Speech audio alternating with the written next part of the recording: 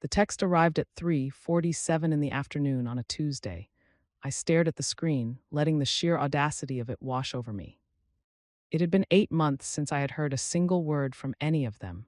8 months of deliberate, suffocating silence.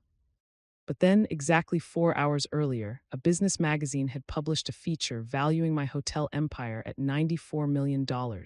Just like that, the quiet ended. They didn't miss me. They simply confirmed I was finally liquid. Drop a comment and let me know where you're listening from. Have you ever had people who ignored your struggle suddenly appear for your success? I want to hear your story. I stepped out of the coffee shop and walked toward my car. The late afternoon sun glazed the pavement in gold, but I felt cold, not surface cold, internal. The hollow, echoing chill only family can manufacture. I unlocked the door of my Lucid Air, the gentle click reverberating in the still parking lot. It was a stunning machine, sleek, powerful, engineered precision, paid for with dividends earned from my own fatigue and relentless nights. But when I lowered myself into the driver's seat, the car wasn't what occupied my thoughts. I was thinking about 8 months ago. I was thinking about graduation day. The auditorium filled with black gowns and polite applause, my name echoing across loudspeakers, the stage lights harsh and blinding as I scanned the crowd. I wasn't searching for cheers. I was searching for belonging, for a single familiar face. There wasn't one. The chair reserved for my mother, Cynthia, empty. The one marked for my father, Philip, empty. Vanessa, empty. Mason, empty. I accepted my diploma wearing a smile that felt carved from glass, fragile enough to shatter if I breathed too sharply. 2 hours before the ceremony, my mother had texted, migraine. Can't make the drive, we'll celebrate soon, sweetie. I wanted to believe her. I wanted to accept that a headache was the only obstacle keeping her from watching her middle daughter collect the degree she had worked 6 relentless years to earn. But this is the era of digital footprints. Later that night, alone in my studio apartment with takeout cartons and a bottle of cheap wine, I opened Instagram. There it was, Mason's story. Yacht Life with the Fam posted that same afternoon. I watched the 15-second clip on repeat, my father laughing, cigar raised. My mother, the woman incapacitated by a migraine, radiant beneath a wide sun hat, champagne in hand. Vanessa posing in a bikini for the camera. They were celebrating, just not me. They were honoring Mason's 25th birthday. It was technically 3 days away, but apparently that was close enough to justify skipping my graduation. I didn't spend emotional capital on tears. I calculated the deficit, adjusted my expectations, blocked them from my stories, and returned to work. That was the moment clarity crystallized. I didn't have a family. I had shared DNA with individuals who tolerated me when my existence didn't interfere with their entertainment. Now, 8 months later, my phone rested on the passenger seat, glowing with my father's message, family meeting, don't be late. Most people would interpret that as outreach. An attempt to mend fences, an olive branch, I saw the mechanism. In families like mine, cruelty is normalized. Silence is not absence, it is correction. My father hadn't felt remorse over those 8 months. He believed he was disciplining me. He thought he had placed me in timeout. And now that a magazine had attached a $94 million valuation to my name, the punishment had expired. I had proven market value. I was admissible again. He did not consider his actions unkind.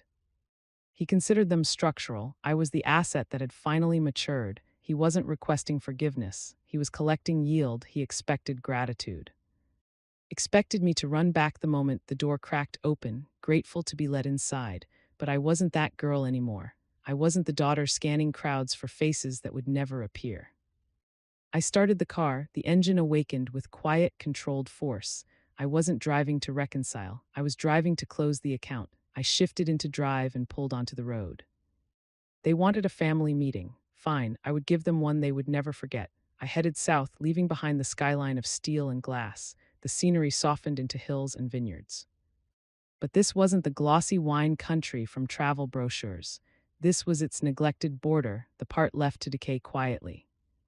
I turned onto the long, winding driveway of the estate my great-grandfather had built. It had once been formidable.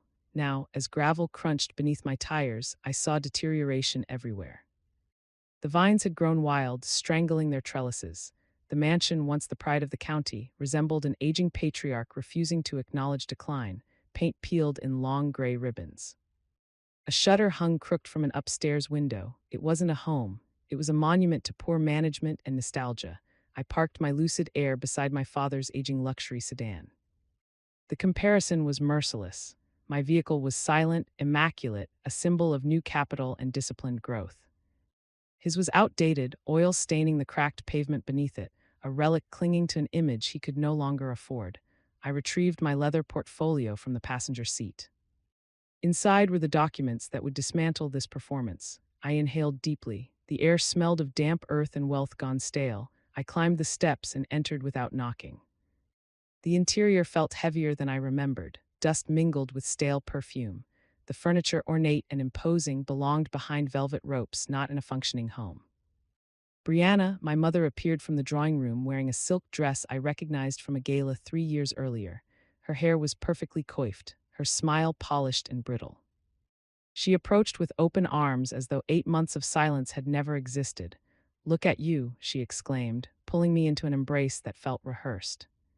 She stepped back, eyes scanning blazer, heels, watch calculating value. We saw the article, 94 million. That's lovely, sweetie, truly impressive for a starter venture. A starter venture. She was referring to 5 luxury boutique hotels built from foundation to rooftop while her husband quietly drowned in leverage. "It's not a project, Mother," I said evenly. "It's a corporation." Her smile flickered for a fraction of a second before resetting.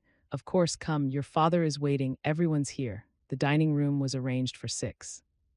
The mahogany table gleamed beneath dim light. Philip sat at the head like displaced royalty. His suit was expensive but worn thin at the elbows. Vanessa scrolled on her phone, disengaged. Mason looked bronzed and relaxed, likely fresh from another trip I hadn't been invited to. Uncle Jeremiah, the financial advisor who had steered this estate into quiet collapse, poured wine. "There she is," Philip said without rising. He gestured to the chair beside him. "Sit down, Brianna, we have business to discuss." I remained standing at the end of the table, portfolio in hand. The trap was arranged, the bait positioned. They believed I had wandered back into their enclosure. They were mistaken. "Hello, Philip," I replied calmly. "Nice of you to finally make time." "Sit," he repeated, voice sharpening. "Dinner is served." A server I didn't recognize placed roasted chicken before us. It looked dry, the vegetables were sparse. We were eating off china worth more than Mason's car, yet the meal itself was thin, all surface, no substance. I took my seat but left the napkin folded. My gaze moved around the table. My mother devoted to appearances, my sister absorbed in vanity, my brother a perpetual adolescent, my uncle a shark without teeth. And my father the captain of a vessel already taking on water, still demanding salutes. "So," Philip began, slicing into his chicken, "we saw the article. Congratulations are in order, I suppose." Though I've always maintained real estate can be volatile for a young woman. "Hospitality," I corrected smoothly. "And the market appears quite comfortable with my performance." He waved a dismissive hand. "Semantics, the point is you've done well." Surprisingly well. He paused to sip his wine, savoring the illusion of command. "The family business," he continued, "is experiencing a temporary liquidity complication.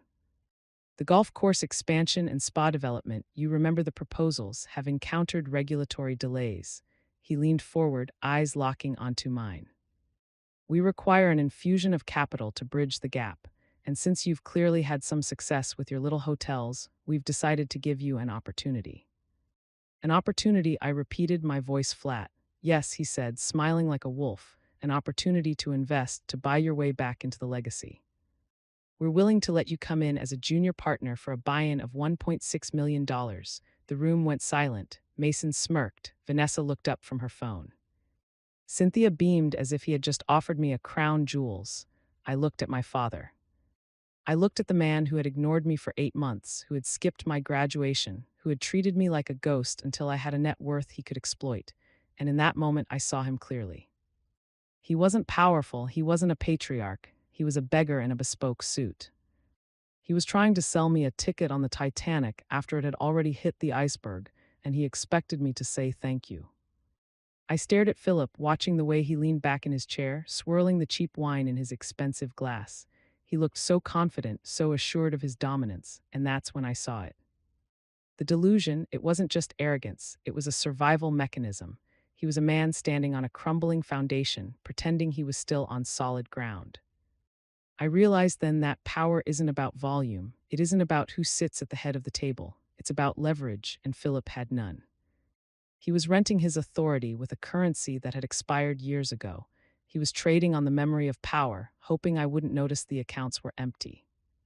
1.6 million, I said slowly, testing the weight of the number. That's a very specific figure. It's what the project requires, he said smoothly, for permits, materials to get the expansion moving again. Is it I didn't reach for my checkbook? Instead, I reached for my portfolio. The leather was cool under my fingers because, according to my research, the expansion isn't stalled because of permits. It's stalled because you haven't paid the contractors in 6 months. The silence in the room shifted. It went from expectant to tense. Who told you that? Philip snapped, his facade cracking. Public records, I said, opening the portfolio. I pulled out a stack of documents and slid them across the mahogany table. They landed with a heavy thud. Lien filings, lawsuits from 3 different construction firms, and this. I pointed to a document on top, a foreclosure notice on the main estate. You're $8 million in debt, Philip. You don't need capital for an expansion. You need a bailout to keep the lights on. Cynthia gasped, her hand flying to her mouth. That's not true, Philip. Tell her she's lying. Philip's face turned a mottled red. How dare you come into my house and in Mason? I interrupted, turning to my brother. He shrank back in his chair. Your trust fund, the one you've been bragging about on Instagram. I slid another document across the table. It's empty, drained. Dad borrowed against it 3 years ago to cover operating costs. You've been partying on credit, little brother. Mason looked at Philip, his eyes wide with betrayal. Dad, is that true? Shut up, Philip roared, slamming his fist on the table. The silverware rattled. This is family business. You don't air our laundry like this. You made it my business when you asked for my money, I said, my voice ice cold. You invited me here under false pretenses. You didn't want a partner. You wanted a host. You wanted to bleed me dry to fix your mistakes. We gave you everything, Cynthia shrieked, standing up. This house, this life, you owe us. I owe you nothing. I stood up, matching her intensity, but keeping my voice low, controlled. I built my company while you laughed at me. I saved my money while you bought yachts you couldn't afford. I am the only person at this table who actually knows how to run a business, so don't talk to me about what I owe. You ungrateful little. Philip started standing up to loom over me, but he never finished the sentence, because at that exact moment, the doorbell rang. The sound echoed through the tense room like a gunshot. Everyone froze. We all looked toward the hallway. Who would be calling at this hour? Expecting someone else to fleece, I asked. Philip glared at me, then stormed toward the door. If this is another creditor, I swear. I watched him go, a small smile playing on my lips. I knew exactly who it was. And I knew that the real show was just about to begin. Philip opened the front door and a voice floated down the hallway, smooth, professional, and utterly out of place in this house of desperation. Good evening, my apologies for the interruption. I'm looking for Miss Brianna. Philip walked back into the dining room looking confused and annoyed. Behind him walked Miguel. He was dressed in a tailored suit that cost more than the furniture, carrying a slim briefcase. He looked around the room, taking in the scene, the halal-eaten chicken, the red faces, the tension, and didn't even blink. Miss Brianna, he said, nodding to me. Who is this? Philip demanded. And what deed? Hello, Miguel, I said, right on time. I looked at my family. They were confused, angry, but mostly scared. They sensed a shift in the wind. Philip, Cynthia, I said, this is Miguel.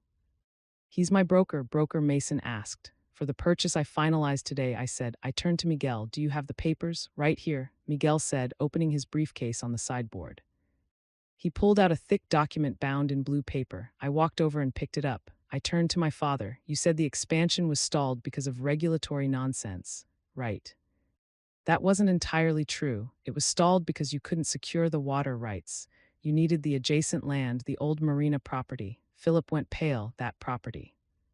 The owner refused to sell. He hates me. He does hate you. I agreed. But he likes money and he really liked my offer. I dropped the document onto the table right next to the foreclosure notice. I bought it, Philip. I bought the marina. I own the water rights. I own the access road. I own the only viable path for your expansion. The silence in the room was absolute. It was the silence of a guillotine blade hanging in the air waiting to drop. You bought it, Philip whispered. For us to help the family. I laughed. It was a dark, sharp sound. I bought it because it's a prime location for a new luxury boutique hotel. My hotel. Cynthia slumped back into her chair. Vanessa looked at me with open-mouthed horror. But without that land, Philip stammered. Without the expansion, the estate, the loans, the bank will foreclose. I finished for him. You'll lose everything. The house, the vineyard, the legacy you're so proud of. You can't do this, Philip screamed, his face turning purple. I'm your father. You have to help us. You have to sign those rights over.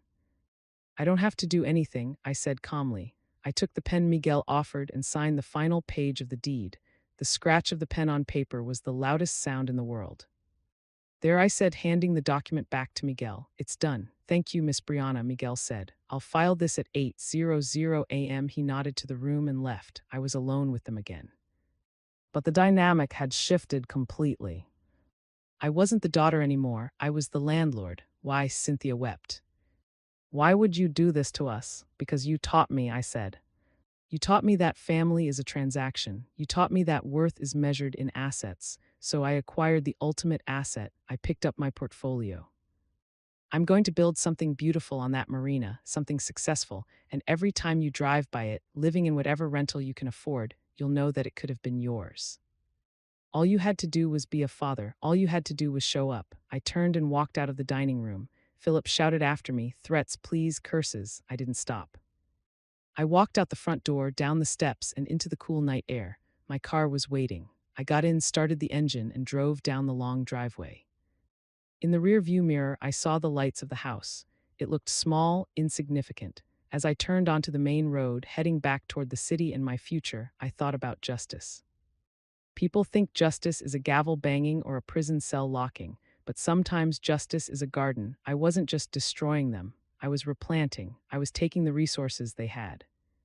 Squandered the land, the opportunity, the potential, and I was going to grow something real, something that would last. I was the sower, and this was my harvest. If this story reminded you that your worth isn't negotiable, hit that like button and share this with someone who needs to hear it. Don't forget to subscribe for more stories on reclaiming your power.